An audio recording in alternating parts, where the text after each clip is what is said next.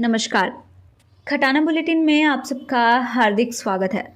उत्तराखंड स्थापना दिवस पर आयोजित एक कार्यक्रम में धर्मपुर विधायक विनोद चमोली ने राज्य में भ्रष्टाचार और कुछ लोगों पर पहाड़ी टोपी पहनने पर सवाल उठाए हैं।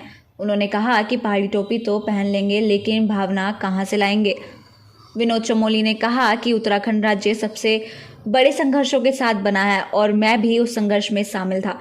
चमोली ने कहा कि पहाड़ी टोपी तो पहनना आसान है, लेकिन वह पहाड़ के प्रति भावना कहां से आएगी। ये भाषण काफ़ी चर्चाओं में रहा और माना यह भी जा रहा है कि चमोली अपने पार्टी के नेताओं को भी निशाने पर ले रहे हैं। इस विवादित बयान को लेकर बीजेपी प्रवक्ता हनी पाठक ने कहा कि विनोद चमोली जी के इस बयान को इस परिप्रेक्ष्य में नहीं देखा जाना चाहिए। उन्होंने संदेश देने की कोशिश की है और खास करके विपक्षी पार्टियों को संदेश देने की उन्होंने कोशिश की है। देखिए, ऐसा है, इस टॉपिक को दूसरे तरीके से अगर लेके जाया जाए तो वो अलग मुद्दा बन जाता है, लेकिन उनकी मंशा ये नहीं रह गई थी। उन्होंने एक संदेश देने की कोशिश करी और ये दूसरी विपक्ष की पार्टी को एक संदेश देने की कोशिश की, क्योंकि देखा जाए अगर तो भारतीय जनता पार्टी पहाड़ी टोपी पहनने के बाद पहाड़ी लोगों से जुड़ाव महसूस करती है।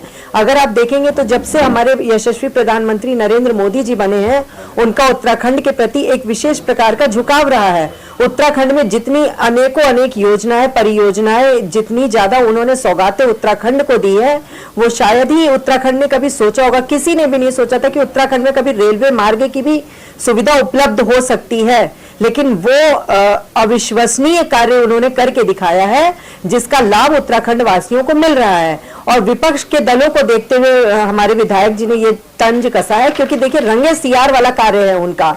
जिस प्रकार से सियार रंगने के बाद अपना रूप नहीं बदल सकता है, उसी प्रकार का उनका ये कहने का तात्पर्य था कि वो आजकल देखते हैं कि लोग लुभावना तरीका अपना के पहाड़ी टोपी पहन के अपने आप को दर्शा के, जैसे जब भी आप देखेंगे चुनाव के समय इनको मंदिर और मस्जिद याद आते हैं, चुनाव के समय इनको पूजा और गुरुद्वारे याद आते हैं, चुनाव के उपरांत अगर देखा जाए तो ये मंदिर में नहीं दिखाई देते हैं, मंदिर और मस्जिद में नहीं दिखाई देते हैं। लेकिन जैसे ही चुनाव नजदीक आता है तो इनके युवराज जगह जगह मंदिरों में नजर आते हैं।